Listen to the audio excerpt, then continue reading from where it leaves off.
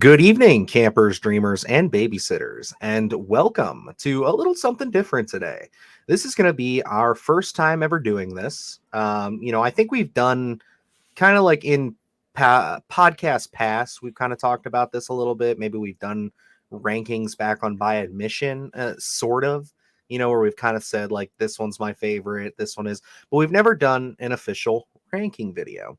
And since, Halloween just ended, and as they say, we figured now that this is kind of where the franchise is going to be, at least for the foreseeable future, why not put all of these movies in an official ranking between Luke and myself? Because, for the most part, we tend to agree on a lot of things, especially when it comes to our horror franchises. But there are a couple of, oddballs here and there. So Outliers. figure that it could, spark some interesting conversation amongst us, kind of, at least give us a little bit of interplay here to justify our reasoning for where we put some of these movies. Yeah, certainly. Like in going into this in terms of ranking, because I never really put I have my favorites, of course, and those are the ones that are in the top. And then kind of like looking at this as we were gonna do this, it's like, well, eh, having to kind of sit with and say, oh, maybe this one's a little bit better than that one. It really gets your brain going because it's like, well, how do you rank these?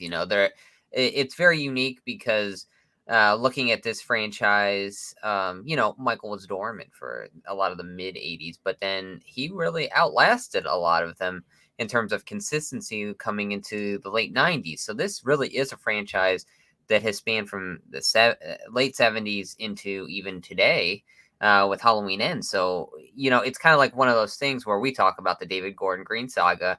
Those films can only be so bad because to a certain extent, they're going to be at least coherently constructed. Whereas you look at a few of these and maybe the love wasn't there. It was just kind of a gun for hire type deal. And they really had no idea of the Michael Myers story. So it becomes really unique, especially where there are some that you dislike, but then you're like, how do I dislike this one more than the next one? And this is honestly what it kind of became for me.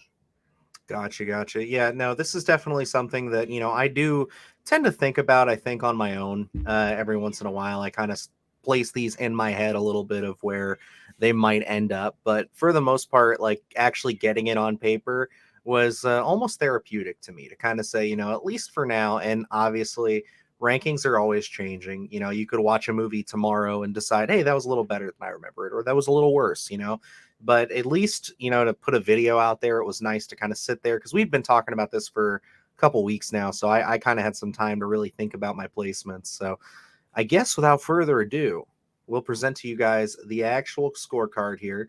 We're just going to show everything up front, and then we're just going to go through each and every piece to talk about why we put where we put. So without further ado, Luke and I's rankings. So take it in. There we go. Obviously, we got Luke on Drink this it side, in. me on that side. And as you guys can tell, there is not a lot of differentiation towards the top of this list. And we did not actually prep each other at all. We didn't talk. We knew we No. were going to do this, but we sent each other our lists cold open, as they say, Mm, where it's like there was no prep. It was just straight getting right into it. So, yeah, we didn't really have any time to talk about this. The only times we really talk about it is the stuff that we record. So, it's like we did not get together. It just kind of turned out that way. yeah. So kind of getting things going here. I think we'll get the odd man out of the way here real quick, where it's pretty much I guess I wouldn't call it the odd man, but we'll get the expected one out of the way. Where 1978 for both of us is our top. I mean, I think that's for most people. You're really not going to surpass the original. I think that it sets the groundwork. It creates everything the way it should have been, and kind of where the franchise for a while there, I guess recently, has been trying to get back to, but they just can't seem to crack that code. So, it's just one of those things where it's like it'll always be top dog, I think. I think, with 13 films, that's pretty definitive. Which is interesting because you look at some of these other franchises like Friday the 13th, for instance, that would probably the first one wouldn't be our top pick. Yes, correct. So, that's pretty interesting, and it does really show how this original film stands the test of time. And that's where that original 1978 film really cracked the equation that everyone's been trying to get back to. I think that's why it's highly regarded in such a way that it is. Perfect pacing, the tension, the setting, everything there. It's what you strive for in a lot of these slashers, and for some reason, something gets lost in translation for a lot of these films where you can't really recreate what was done in 1978, even though that blueprint is there. You try to replicate it, but there's something missing. Maybe it's some sort of John Carpenter magic. I don't know, but this really is that 1978 film is perfection. It's everything you want in a Halloween film, and I don't know if it was because he was building that foundation from the ground up, and there was nothing to look back at because. Going into Halloween 2, even though we do love that one, it's always looking back at 1978 and say, how does this one stack up? So maybe because this is the original, there is so much love for it, and there is no easing into the form. It's like Nightmare on Elm Street already in form. This was already in form, where Friday 13th, not necessarily. It didn't know what it was going to be going forward, whereas this one, it kind of doubled down on what the idea was going to be. Yes, they tried something eventually, as well, hit on one of our picks here, but they ended up reverting back to that 1978 kind of equation just because it works so well. Absolutely. And then that brings us to our number two pick of Halloween 2. I think this is another pretty easy one. I could see other people throwing different movies in this spot, but I think that not only is this a great follow up, if you caught our reviews for both this and the 1978 film, we say how they coincide together so well, but it still captures that tone of that first night. And considering it was a shot in a few years apart, it's kind of impressive that they were able to get that. And it's kind of shocking reading out of Taking Shape just how malign this is to its own creators and just how much they kind of bastardize this film in their mind as it being one of the worst of the franchise, where I really don't see it as that. I think we have the time on our side, I guess you could say, of just being able to sit back and not look at it when it first came out and everything, and we can kind of look at it from a different perspective.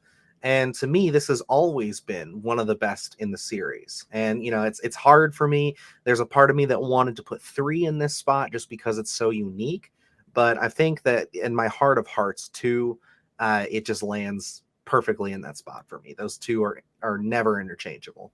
And I also had that battle with 3 and 2 as well, where I was kind of going back and forth a little bit. But then, I had to kind of step back and say, we're ranking the Halloween film. So yes, Halloween 3 is great, but it's very different in terms of what we do get in this franchise, which I think is a plus. But when we're kind of looking at this and we're looking at the equation that's set in 1978, obviously Halloween 2 falls way more in line. It's that continuation of the story, which, recently in the Halloween franchise here, we've been talking about bold moves apparently, whereas Mhm. trying to come back years later for a sequel and pick up on the same night, that's a bold move to try to recapture the magic, the feel of that night. And I think they do it perfectly. You can watch these back to back and you feel no difference.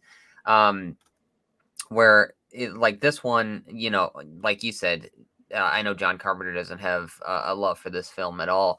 But like looking at this one, we're we're really deep into the kind of slasher genre of kind of perfecting what everyone was doing in terms of kills, and that's what a lot of fans were going to the theater to see. So it's like we really do amplify those elements from the original, and that's kind of what we hang our hat on here. So it's like, for me, I see that 1978 film as a masterpiece. I see Halloween 2 as we're really into form here. Yes, it's not a masterpiece, but it is a lot of great fun. It is what you come to expect from the Halloween franchise, and there's a lot of great things going. I mean, we already talked about this one for a good 40 minutes, but there's just so much great stuff happening here. And to say that there was writer's block going on and there was no love for this film.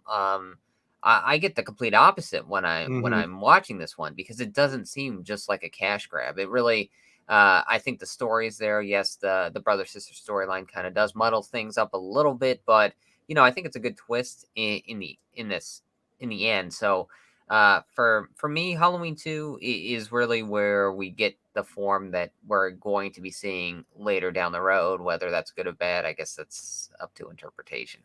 100%. And then that's going to bring us to our number 3 pick, which is Halloween 3, which we just spoke about over the weekend here. So probably won't linger too much on it since our thoughts are so freshly put out there.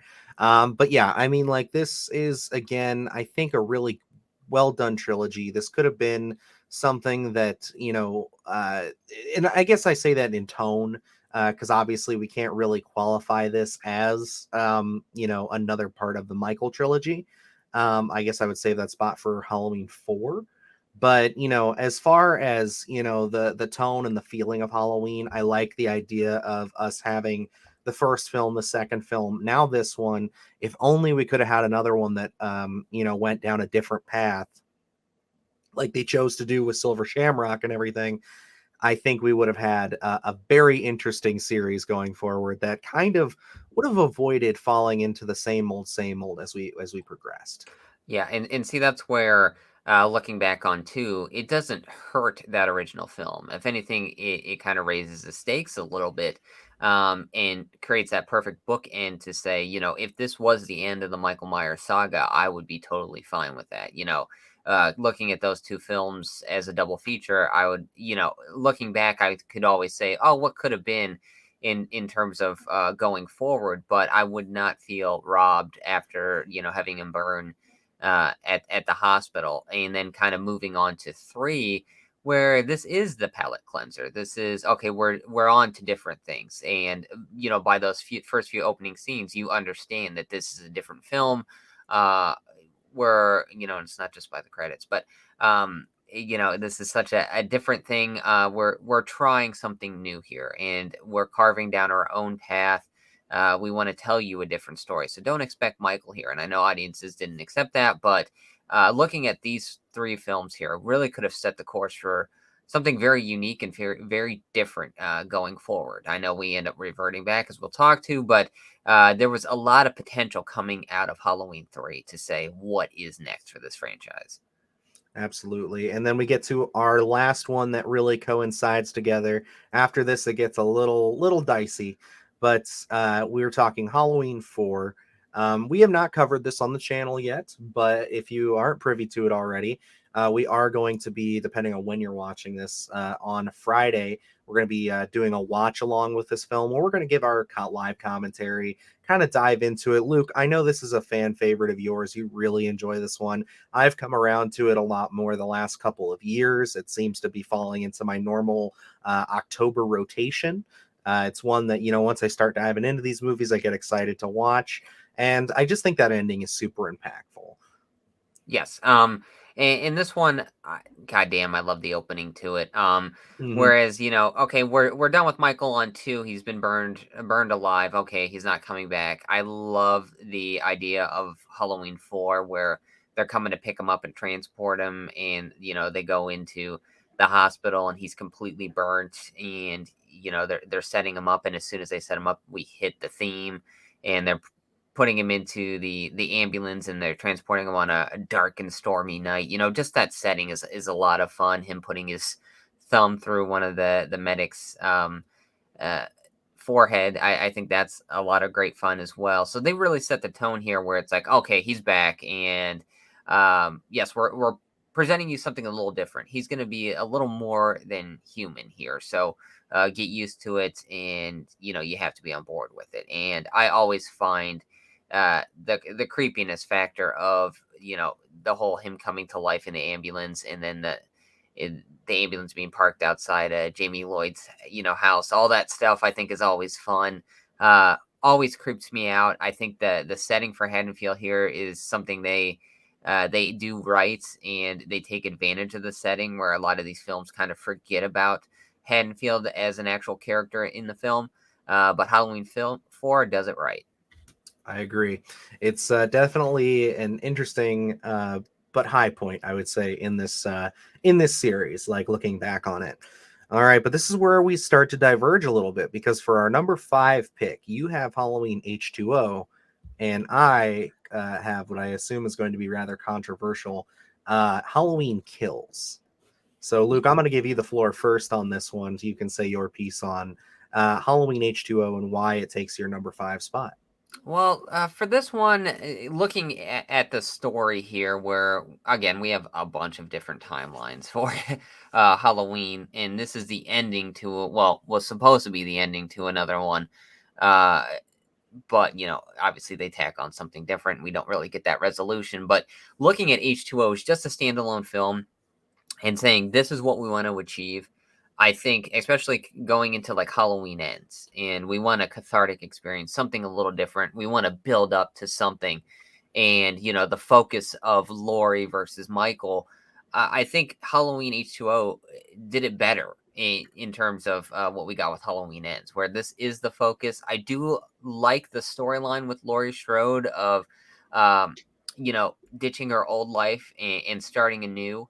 And what they did with Michael here, I think, is also interesting. Taking them out of Haddonfield and just the setting of like the kind of boarding school, I think is also very interesting. And her, I think the portrayal here for Laurie Strode for the events that have happened to her in her life is way more realistic than what we do get with the 2018 version, where she's kind of just trying to move on. She's very hesitant a lot of the time, and she's still haunted and reserved, which she's taking it out on her son, but she's still living her life. She's not consumed by the events that have happened to her.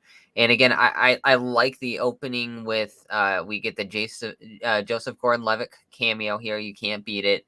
I like him kind of going into the nurse's house and looking through the papers and stuff, and eventually getting her, and then driving out of the garage. I think that's a great, strong opening here to really kick off the events. This and in the ending here, I think is more cathartic because you know they really went the route of any horror fan looking at any of these horror icons saying, "Well, why don't you just cut off his head?" And they go that route here, which I think is a lot of fun. So I think H2O is really, if you want to set out to achieve a final chapter in something, this is a good blueprint. Okay. No, I can feel you on that. For me, Halloween Kills takes my number 5 spot because this movie is, as I've been saying for a little while now, it knows exactly what it's trying to be. It wears its heart on its sleeve. It doesn't try to do anything too complex. It delivers the goods when it comes to just showing Michael out and about doing what he does best, and that is murdering people. And I find myself, out of more than any of these other installments in this franchise, coming back to this one just because it's a quick breeze. It's a lot of fun. That flashback sequence is amazing. I love that. And I think that after Ends has come out, it has only kind of bolstered it for me a little more to just say, I had a lot of fun in this theater with this experience. I walked out with a smile on my face. And I can admit that it's not the greatest slasher. It's not even the greatest installment in this franchise. So it's ending up at number 5. But to me, I see myself going back to this one more often than a lot of the ones below it here. Yeah. And so that moves us into our number 6, in which you chose Halloween Kills and I chose Halloween 2018. So Yes. So I will take Halloween 2018 real quick here, and just say that for me, it's pretty simple. I have put out my thoughts a lot on this channel, so I'll just keep it nice and airtight. I was pretty disappointed with this coming out of the theater. I thought that we were going to get a little bit of a different take than we were. It's not a terrible film. And the reason I think it falls in 6 is mostly because when I watch Halloween Kills, I do feel the need to watch Halloween 2018, maybe before it, maybe sometimes after it, just because they coincide with each other so well. But to me, it is one of those things where it's like, I think that this film will always have that stigma of me riding so much hype for it and then it kind of disappointing in a few spots, that those parts that I really dislike will always stick out to me. And that comes down to humor and character decisions. yes. And going into Halloween Kills is my number 6, and this is why I kind of put it above, because I do have Halloween 2018 as 7. Where going into Halloween Kills here, my guard was down. Where it was like, I wasn't, my expectations weren't as high. So going into this one, After the disappointment of 18, I was just kind of like, let's see what we get here. I wasn't going to be expecting, what they had said they were going to give us in terms of reinvigorating this franchise. So going into this one, this is more in line with what I anticipated getting with Michael. And I mean, for me, out of the David Gordon Green saga here, it's the best one for my money, just because uh, it is what it is. It's like it's not offensively bad for me. I think yet let opening.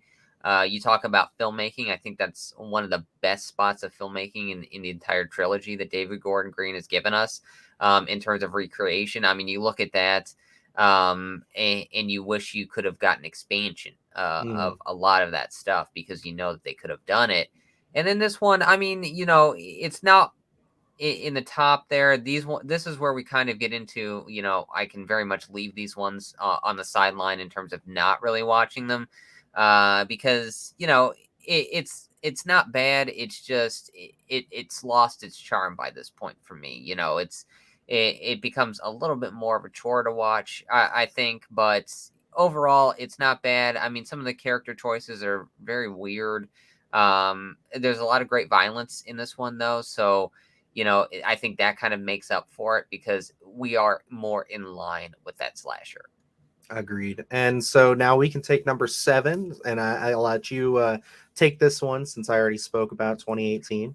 In this one, I still have a sour taste in my mouth because there was so much anticipation for this film, and maybe you could say that was on me. But when you get a director and a crew saying, we're going to give you something you've been wanting, and we're going to negate everything you've been watching for the past few decades, you want a reason for it. And coming into that one, sitting down in the theater, watching it, and watching those credits go, utter disappointment. So, it's just I don't think they had a clear plan of where they were going to go with this franchise. Some of the again, I talked about H2O, and I think that's more of a realistic portrayal of where Laurie Strode would be. I was not happy with the presentation in 2018 with Laurie Strode. I think a lot of the characters weren't as developed, and I mean, obviously, now that we're sitting here with that full story arc, that a lot of these characters never reached their full potential. So overall, this one was just such a disappointment coming out of the theater. And again, it's one of those ones I put on thinking maybe this will be better, and I still get irritated every time I watch it. Yeah, it does offer some frustrating moments. For me, my number 7 is H2O, which again I feel like I'll get some flack for putting it there, but this to me wasn't a movie that I fell in love with or grew up with as much as I would watch Halloween's like 1 and 2. So it's one of those things where it's like I always knew of it. It was always held in high regard for me.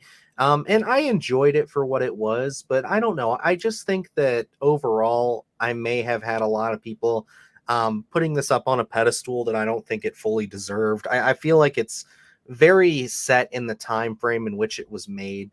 It doesn't feel nearly as timeless to me as 78 does or Halloween 2, where you could throw those on. And I really just feel like, although, of course, they are set in the 70s, those tones are all there. They feel good. It's not a bad movie by any means, but I find myself going back to this one far less. But in comparison to what is below it, it is definitely a superior film to those movies. Yeah. And I think that you're right where it's a product of the time. And I think even the 80s films almost become timeless in a sense where you love reliving that. And for me, I don't know if it's because I've lived through the 90s that I don't have an affection for reliving it yet. It just kind of falls into that late 90s kind of horror. And some of it's good, some of it's bad. Whereas like this one's kind of, it's in the middle where what time period it took place, but you don't have an affection for it. So it's just Yeah, kind of just there. it feels very much like it has the Scream effect on, Yeah. in which it's just like, okay, Scream is this is definitely a post Scream horror film, Yeah. and that's just kind of I can never shake that vibe when I watch it.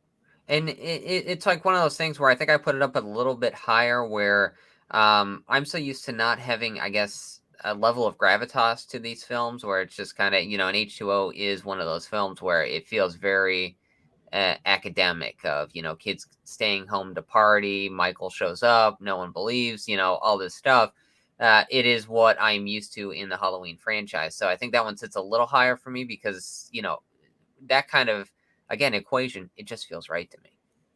All right, and that's going to bring us to our number 8 pick. So that's going to come to, and again, another swapping of the numbers here for us. So, Luke, I'll let you take it away with this one because I want to hear your thoughts on this and why this one takes the number 8 spot for you. All right. Well, Halloween 6 is one of the very first few Halloween films that I had ever seen. I remember this one being on TV quite a bit, just randomly. And then it was hard to get a hold of. So I lived through the internet craze, when it first started. Well, for me, when I discovered it in like 2003, and I had really gotten into horror movies, I'd say closer to around 2004, 2005. And we had always heard about this other cut. And um, I would spend endless days doing research of what exactly was different in this cut. Why didn't we get it? The death of Donald Pleasance. I get very grainy shots of what some of the extra scenes were, and then just kind of reading what was different about Michael. And this one has always been that kind of holy grail for me, where I was never able to see it. So when it was actually released, I was so excited for it. And I mean, you probably hype it up and build it up too much, and then you kind of see it and you're like, oh, well, okay, that's an interesting route to take. So for this one, I have an absolute love for Halloween 6, especially with knowing the kind of issues that Halloween 5 brought on, and kind of painting them into a corner with nowhere really to go after that one. And then Halloween 6 kind of coming in and trying to pick up the pieces and glue them back together so that we get some sort of coherent Halloween story. So I give this one a lot of credit for even seeing the light of day, because it would have been such an easy out to say after 5. There's nothing left. If we just would have ended up going with H2O and kind of retconning everything. But 6, they took that shot. You want to talk about a bold move? I will say Halloween 6 is definitely a bold move. For me, my number 8 goes to Halloween 5, and a very similar reason to yours, actually. I was surprised to hear that, is that this wasn't, of course, my first introduction to Michael Myers.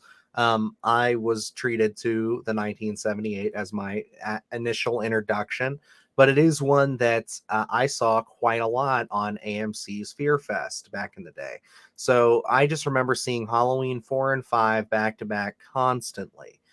Just like throughout the week, they would play it like in the mid afternoon. So, like just after school, if it's raining outside and it's a fall October day, I'm flipping around the channels and those are on and I'm just watching them. And I was just getting bits and pieces of both. But like, there's a lot of sequences in this movie that stick out to me. One in particular is the rake on the car when he kills the Yes. boyfriend. It's one of those things where it's like, that stuff really sticks out to me, and I think I just have some fonder memories of it. It is not a great movie in any sense of the imagination, and you're right. They, just learning what I've learned from reading Taking Shape, and just where that director, Dominic Girard, I believe his name is, Yep. he literally just kind of left so many things open without any intention of giving them some kind of leeway to continue the story and just saying, hey, figure it out. That it's just really clear to me that he was not a good fit for this franchise and that he wasn't shepherding it with as much care as he should have. But I guess for me, like I said, it's nostalgia that puts this one a little higher than the other ones here. Because, it is, like I said, it reminds me of that time when I'm, 7, 8 years old, flipping around on TV. It's October, and I'm catching little bits of Michael Myers on TV from 4 and 5. All And right. Oh, go ahead if you got a little no, bit I to just say. wasn't We sure if can I should kind of just dive into mine. yeah, absolutely. Since yours is your number 9 pick, is Halloween Yes. 5. In Halloween 5, I think they do a pretty decent job at also kind of showing Haddonfield, like you're talking about that rake scene. I always remember him, um, always what taking care of his car all the time. Hmm. He's a freak about that. So I absolutely love that kind of how that comes back on him, where he scratches him with or scratches the car with the rake, and then he gets out, and Michael legitimately just manhandles him and just goes Yeah. straight. What a kill that is! I love Donald Pleasance in this. I think he's a lot of fun. I think he Hmm. goes off the rails with each and every performance a little bit more. And I got to Um, say, Danielle Harris being in it is again yes. another plus for this film, I think considering she's not in six. absolutely. Like she's a great addition. I think after Jamie Lee Curtis left to pick up Danielle Harris, especially we talk about kid actors and they're hit or miss. I think Danielle Harris was a great addition here to kind of pick up the mantle and presents a different dynamic in between Michael trying to kill a child now. Um, I think it's very interesting. I think I don't know if some people may not like it, but the tension that's built where he's in the car with a different mask on and all that stuff. I think that's very intriguing. It's very different than what we're used to seeing with Michael. So it has its negatives, the bumbling cops, all that stuff that doesn't work. But there are some elements in here that are still charming, and this is I would say probably. All the way up to H2O in that initial run are things that I can still turn on and at least mildly enjoy. So there are some positives to Halloween 5, I feel. Alrighty, and then that gets you into my number 9 pick here at Halloween 6. And I don't have a ton to say about this movie. I think of all of this franchise, this may be the one I've seen the least. And again, it's one that you say you saw a lot on TV. I must have just tuned out a little bit because it's definitely the one that I don't remember all too fondly. But when I did end up getting around to watching it, it was, a pretty rough experience. I do like Paul Rudd a lot. I think his version of Tommy Doyle is pretty interesting. I would have loved to have seen him come back and Kills to reprise it. I know that was a rumor for a little while. But there's not a whole lot that really leaves me frothing at the mouth for anything more from this movie. Yeah. I think that it's a little bit odd where they try to really tie up the whole Cult of Thorn thing that they had going on here, which I know they kind of had to. They really were kind of pushed into a corner here where they had to do something with it. But I just think all in all, it was a movie for me that was doomed to fail, Yeah. just because of all the odds that were stacked against it. And it is unfortunate that it's Donald Pleasance's last performance in the franchise. But I'm actually just, when I watch this movie, I'm glad that they uh, derailed and went another direction afterwards. Yeah, and I probably should clarify, and hopefully, no trouble comes my way here. But never saw it that much on TV. My Okay. aunt would order pay-per-views all the time, and during the time of VHS, it wouldn't be that hard to record something. So uh, every so often would trade. She would send a tape over my way with my older brother, and it would find its way into the VCR. When I had some extra time on my hands. So we had a good few months of Halloween 6 on a regular rotation for me because I kept, just watching it. And then eventually went back to my aunt's house, and then it became a rarity to see actually on TV. And that's why by the 2004, 2005, this was one that I was eager to see. For some reason, always checked out of the video store. Don't know what that was, but very rarely on TV. Would see it every so often, and obviously halfway through already. And I would just flip it on and keep it on till the very end. So it was one for me that, I would see 4 or 5, definitely 2, a 1 not as much, and 3 hardly ever. But 6 was something that I had seen just by chance quite a bit and then had hardly ever seen again. So it was kind of one of those ones that was like, I'd like to see Halloween 6 again. Maybe that kind of amplified my love for the film as well because, it was just one that was never in rotation. Yeah, so that's going to bring us to our number 10 spot here, which again, probably a little bit of controversy here. I think this is where, we'll start to debate a little bit more because I know you feel very strongly about my pick. And, it's not that surprising to me to see where yours ended up, but I'll let you take it away with number 10 here, the most recent in the installments.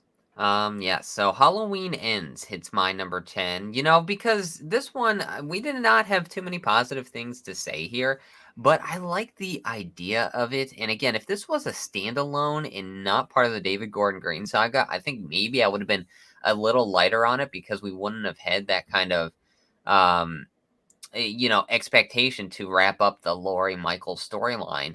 Whereas they did, but it just seems so shoehorned in here that we didn't really have a chance to kind of sit with it and have that level of catharsis that I think we've all been wanting. So Halloween Ends again. If this was a product of never getting enough time, we don't get enough time with, I don't think, any character in here.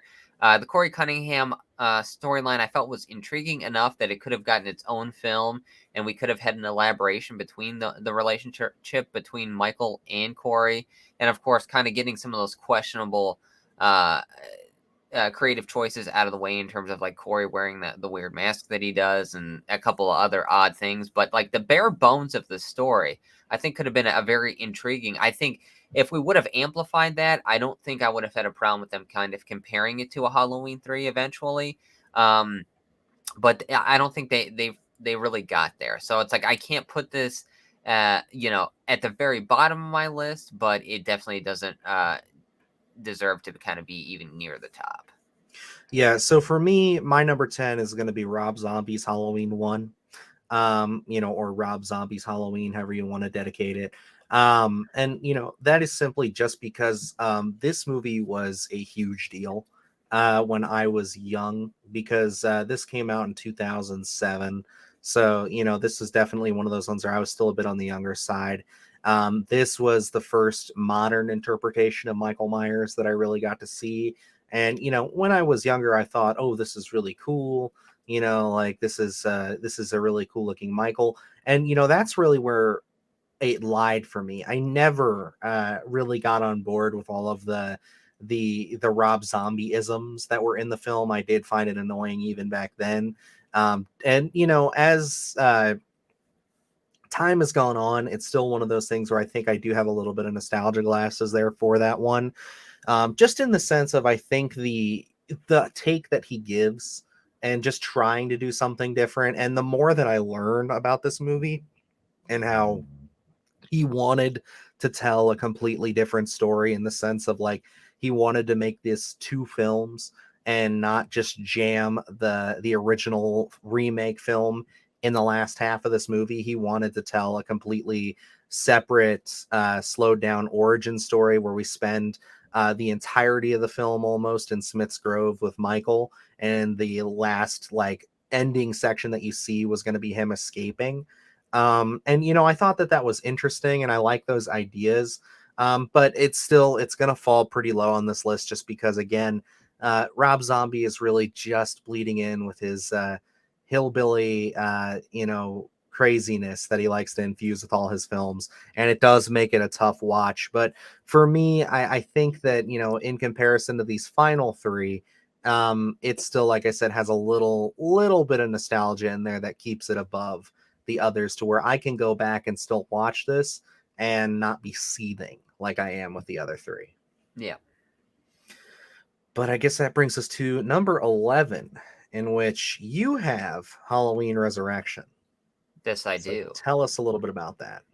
Well, again, at this point, it doesn't really matter in terms of almost the kind of where we're lying with the rankings here. But I guess I'll get into the last two eventually. But Halloween Resurrection, I feel at least is mildly in line with what we had been getting. I mean, it's kind of we still have Michael. I understand that they're trying to reinvent the franchise and go forward without Laurie Strode. Do I think they did it in a great way? No, but again, I keep harping on this bold moves. I mean, I don't agree with it, but you kill Laurie Strode within the first 15 minutes of the film is a bold move. it doesn't really please the audience, but it's something that they wanted to try. There's not many positives to this film. I guess the concept again is a product of its time. I think it could have been done better. I do see the potential that this uh, went with, but they kind of we marry the Myers house in here, which seems kind of like an odd stance to take. I mean, I think maybe screenplay wise, it could have been interesting to say, oh, they all go back to the Myers house, especially with how reality TV was. But it's a hard one to kind of get the positives to, because I'm not really in the resurrection camp, but it's like for me, at least it's mildly in line with everything else. It doesn't negate it. So resurrection, I guess, is at 11. Yeah, and so for me, number 11 is Halloween Ends. And, putting this at number 11, this is one that I could see moving up a couple of rings as time goes on. But with the wounds being so fresh from it and me just being frustrated with how this is how they chose to kind of conclude the David Gordon Green trilogy, as to where I said, the other two, I didn't like some of the choices they made. I was disappointed in that. But again, we went in accepting that, this is not our franchise. This is not what they're, this is not where we wanted them to go, I guess I should say. So we were past that. And I think that, for me, I was just ready to see the conclusion of the story. I wanted to see the ramifications of, Karen's death. I wanted to see, where the story was and how they were going to find Michael and, this final showdown. And the fact that they chose to tell a different story, like you, I would have probably enjoyed it if it wasn't the end of a trilogy. And that's the big frustrating thing about this for me, and that's why I think it's kind of getting a few extra lashings from me ending up in the 11th spot right now. But that's just because it's like, you really could have this was a layup. Like, this really was Yeah, just a layup. You could have made it very you have the dirt table simple. set. Yeah, and it's like you could have just went for it, and then we find out, that it's confirmed even further, and everybody's reminded that, this was all supposed to take place on one night originally. They went back to the drawing board, they changed their story, they wanted to make a different movie, and that just frustrates me. And I can't sit here and say that I watched this movie and that I'm just frustrated, and I feel like that's always going to linger for me. And going forward with this, it's just one of those things where, like I said, it could surpass it and end up in that number 10 spot, but I doubt this would ever go any higher than number 9. Yeah. That would be the highest spot it could be, because again, I would even watch Halloween 5 over this again, just Um, because of my frustration. yeah, I think I'm right there with you as well. All right, so number 12, we get into Rob Zombie's Halloween for you, Luke. Yes. Now, I know you have a lot of strong opinions on these last two. I find the Rob Zombie story arc for me to be completely and utterly mentally draining. Whereas, I think fun can be had with any of these films. I can sit down with Resurrection. Do I like it? No, but I can at least make fun of it. Whereas Rob Zombie's versions of these for me are just no fun. They feel like the longest movies ever. The kind of giving him so much backstory in that first one, I was like, okay, maybe this could be a unique take. Do I need it? No, but I'll see what he does. And then like he falls back into his Rob Zombieisms of the home life, the mother, all the tropes that Rob Zombie has in a lot of his films, and I didn't need it in my Halloween. I was really hoping that he was going to do a departure in a sense and kind of do something different here, but we got the same Rob Zombie kind of feel to it. And I didn't like a lot of it, and I don't even think I would have liked if they would have done him in Smith's Grove for one full movie, and then Michael in getting the mask and everything in the sequel. It just drags for me. So there's not really positives for this film, or I'll jump in the sequel eventually, but yeah, this one is just such an undertaking in terms of watching. And for me, the number 12 spot is going to be Rob Zombie's Halloween 2. Like you, I don't have a lot of redeeming qualities in this movie. I know that a lot of people have flipped on this recently, and they say that it's a misunderstood and one of those films that we need to revisit. But even the idea of going back and having to sit through this, whether it's the theatrical or unrated version, it just creates a lot of displeasure to me. I don't like that Dr. Loomis is a monster, and Yeah, it's just one of those things where it's like it just creates again frustration. And not that it was one of those things where I anticipated this. It was kind of when this had come out, it was just like, oh, cool, another Michael Myers movie, and then I saw it and I was like, oh, that was kind of weird. I didn't like that. It was very didn't feel right. Didn't yeah, feel anything like a Halloween movie to me.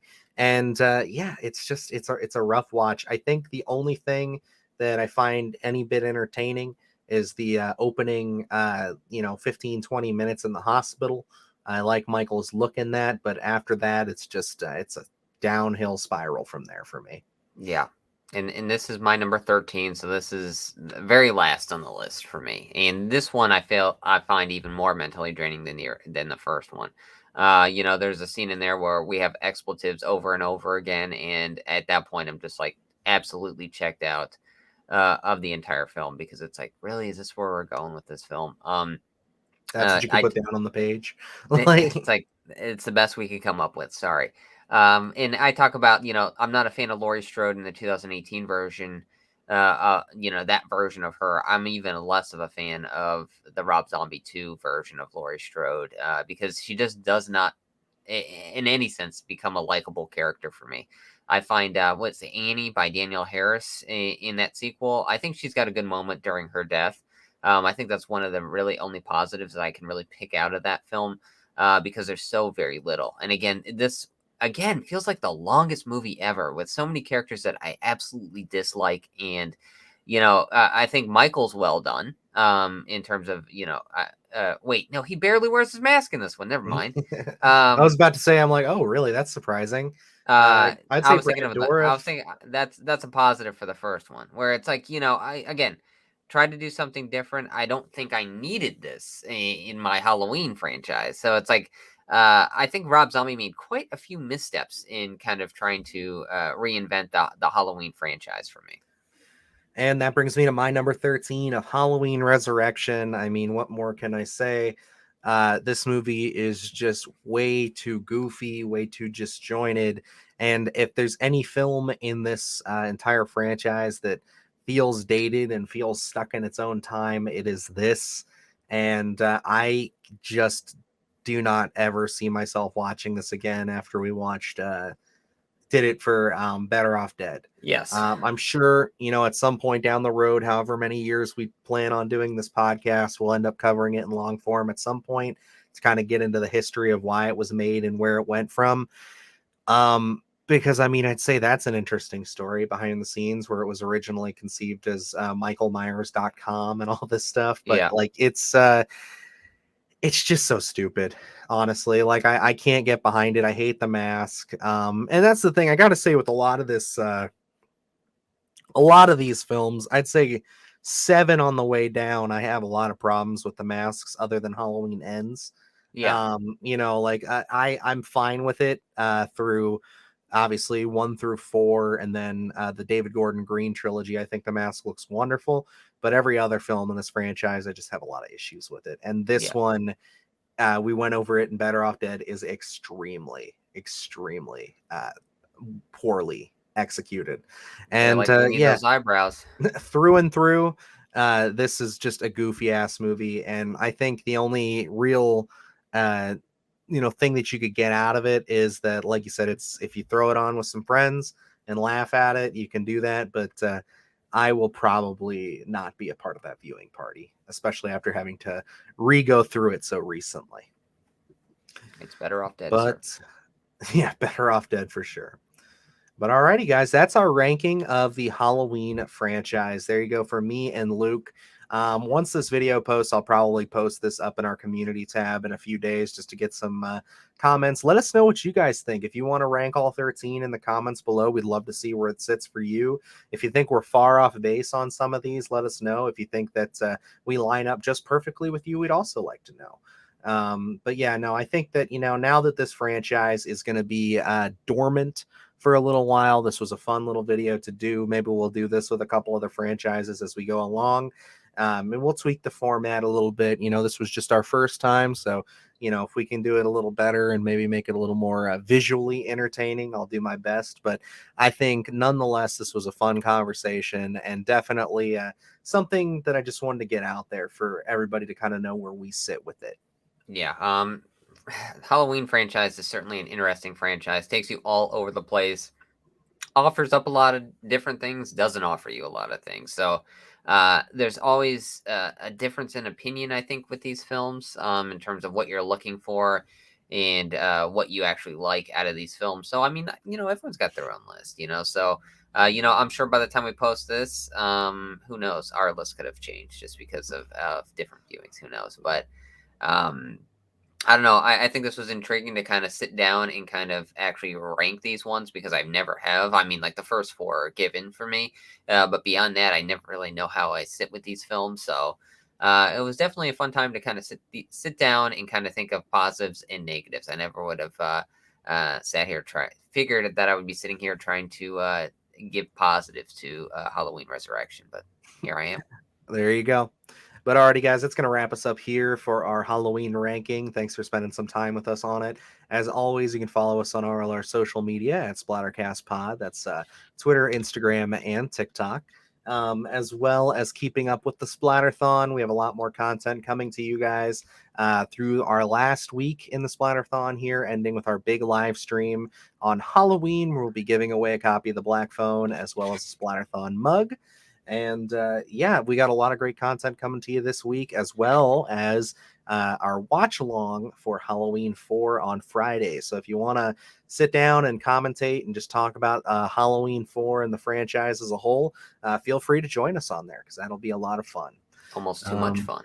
Oh, yeah. But other than that, the only thing I can say is if you're enjoying the content, you like what we're doing here, please subscribe. We are doing our best to get to 500 before the end of the month, and we are getting very close. So I hope that we can cross it. But alrighty, guys, other than that, I'm Dylan Newell. And I'm Luke Janesco. And remember, stay scared.